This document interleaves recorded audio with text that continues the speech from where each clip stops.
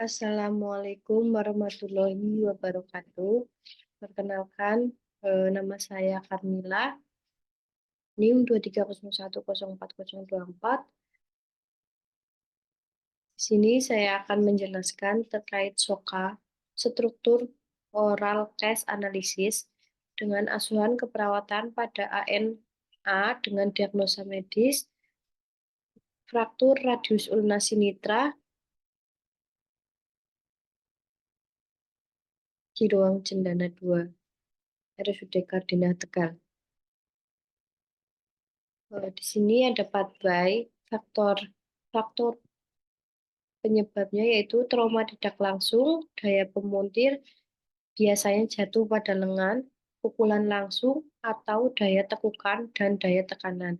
Itu mengakibatkan fraktur radius ulna tertutup, terputusnya hubungan tulang, yang akan terjadi ketidakmampuan melakukan pergerakan lengan, ketidaktahuan teknik mobilisasi, dan terjadinya hambatan mobilitas fisik, resiko tinggi trauma, kemudian melakukan terapi mobilisasi gips sirkular, terapi bedah, fiksasi eksterna. Kemudian di fraktur radius ulna tertutup juga akan mengakibatkan kerusakan jaringan lunak, kerusakan saraf spasma otot yang akan mengakibatkan nyeri akut. Kerusakan jaringan lunak juga menyebabkan kerusakan vaskular yang akan menyebabkan pembengkakan lokal. Kemudian diagnosa yang saya ambil, nyeri yang pertama ada nyeri akut, yang kedua gangguan mobilitas fisik. Nyeri akut, pas DS-nya tahu data subjektifnya, pasien mengatakan ia mengalami kecelakaan sepeda motor saat akan pergi ke sekolah. Pasien mengatakan nyeri di sebelah tangan kiri, P-nya melakukan mobilisasi kimia seperti tertusuk-tusuk, R-nya radius ulna sinitra, tangan bagian kiri, S-nya skalanya 7, T-nya sering, TO-nya pasien tampak meringis, pasien tampak memegang tangan yang cedera, pasien tampak pucat, terapi injeksi keterolak, injeksi ranitidin, infus RL, tekanan darahnya 110/80, nadinya 70 kali per menit, suhunya 36,6 derajat Celcius, RR-nya 24 kali per menit. Kemudian ada gangguan mobilitas fisik. Yang pertama, DS-nya atau data subjektifnya. Pasien mengatakan sulit menggerakkan ekstremitas. Pasien mengatakan cemas saat bergerak. Pasien mengatakan takut untuk melakukan pergerakan dengan data objektifnya. Pasien tampak terpasang spal atau bidai. Pasien tirah baring. Gerakan pasien terbatas. Tekanan darahnya 110/80 mmHg, nadinya 70 kali per menit, suhunya 36,6 derajat Celcius, RR-nya 24 kali per menit.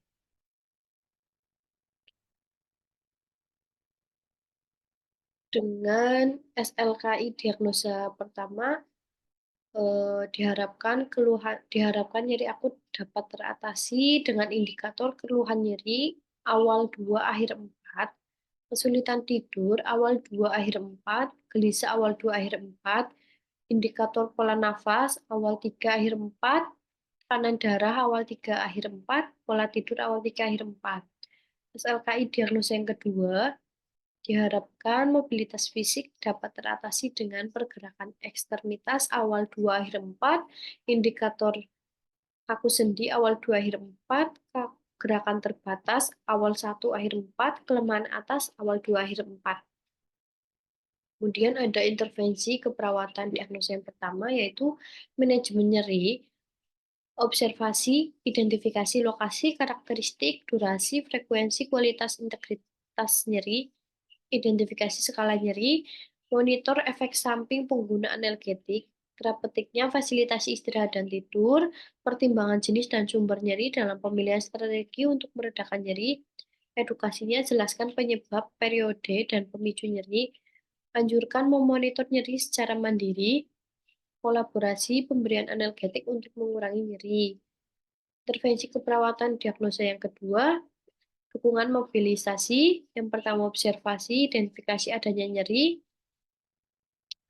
atau atau keluhan fisik lainnya, identifikasi toleransi fisik, melakukan pergerakan, terapeutiknya, libatkan keluarga untuk membantu pasien dalam meningkatkan pergerakan, edukasinya, ajarkan mobilisasi sederhana yang harus dilakukan.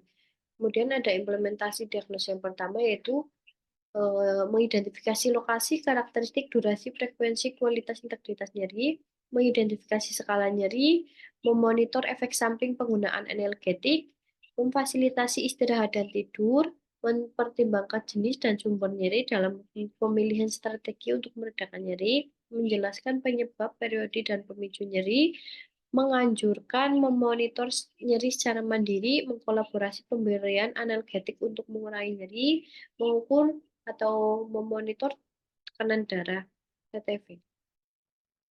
Yang kedua, mengidentifikasi adanya nyeri atau keluhan fisik, mengidentifikasi toleransi fisik, melakukan pergerakan, memonitor TTV, memonitor kondisi umum selama melakukan mobilisasi, mengajarkan mobilisasi sederhana yang harus dilakukan, seperti ROM, memantau perkembangan pergerakan pada fraktur radius ulna sinistral.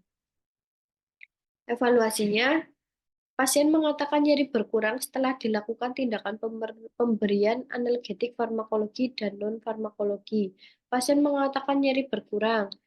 P-nya mobilisasi, Q-nya seperti tusuk-tusuk, R-nya tangan kiri, skalanya menurun jadi awal 7 dan jadi 5. T-nya hilang timbul, O-nya terdapat pemasangan bidai pada tangan kiri pasien.